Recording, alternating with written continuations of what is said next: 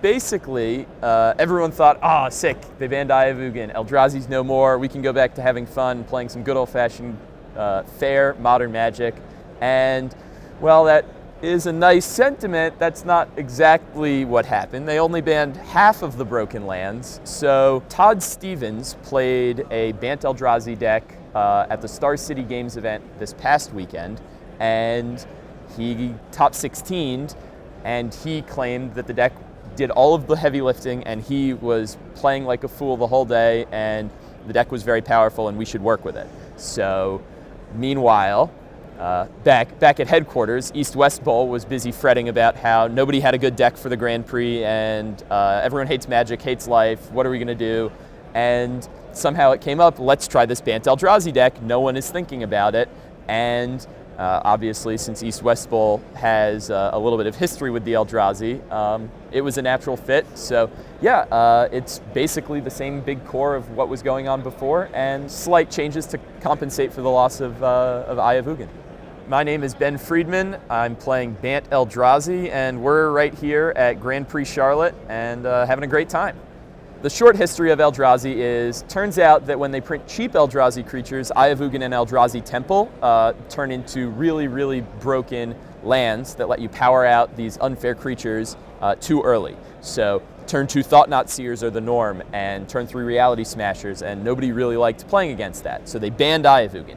But you still have Ancient Stirrings, which can find your temples, and so you still have a fair, strong mid-range game plan with the potential to just go turn 2 Thought-Knot Seer, turn 3 Reality Smasher. Now we've incorporated Noble Hierarch into the deck, means that you can still get a fairly consistent turn 2 Thought-Knot Seer if you draw well, and basically you're powering out these fatties way before it would be appropriate for them to be on the battlefield.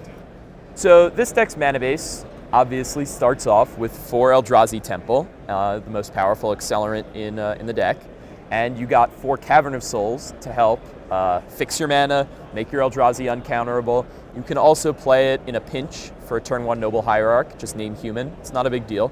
You get to play the couple of fetch lands, couple of basic lands, the 3 appropriate shock lands, so Hallowed Fountain, Breeding Pool, and Temple Garden, and we play 2 Yavimaya 2 Brushland as kind of tri-land fixers that give you colorless mana and also can fix your mana for turn 1 Ancient Stirrings.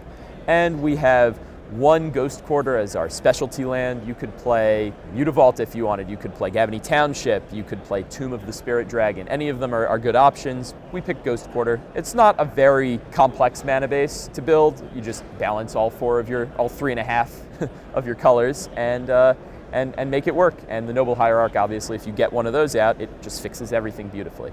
So the deck originally played 4 Noble Hierarch as just a classic great card, an accelerant that allows for the sequence of turn 1, Green Source, Noble Hierarch, turn 2, Temple, Thought-Knot Seer, and last round my opponent was just as deflated to see that sequence as any opponent would ever be to see Eye of Ugin Temple into Thought-Knot. So I play 1 more Birds to add to that consistency. You can play a second one. I chose to play 3 Spellskites because I wanted to hedge against Infect and Bogles, as well as Burn a little bit. It's a good card against Burn. It's just generally powerful at stopping those strategies, and you get the neat combo of that plus the next creature on the list, Eldrazi Displacer. In the late game, you can make it so they can't actually ever kill anything because you can redirect to Spellskite and then flip the Spellskite out with the Displacer and nothing works anymore.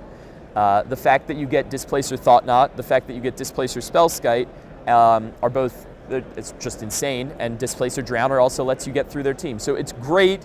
It's probably the second best creature in the deck after Thought-Knot Seer, but Reality Smasher is also really good. They're all just great in their own ways.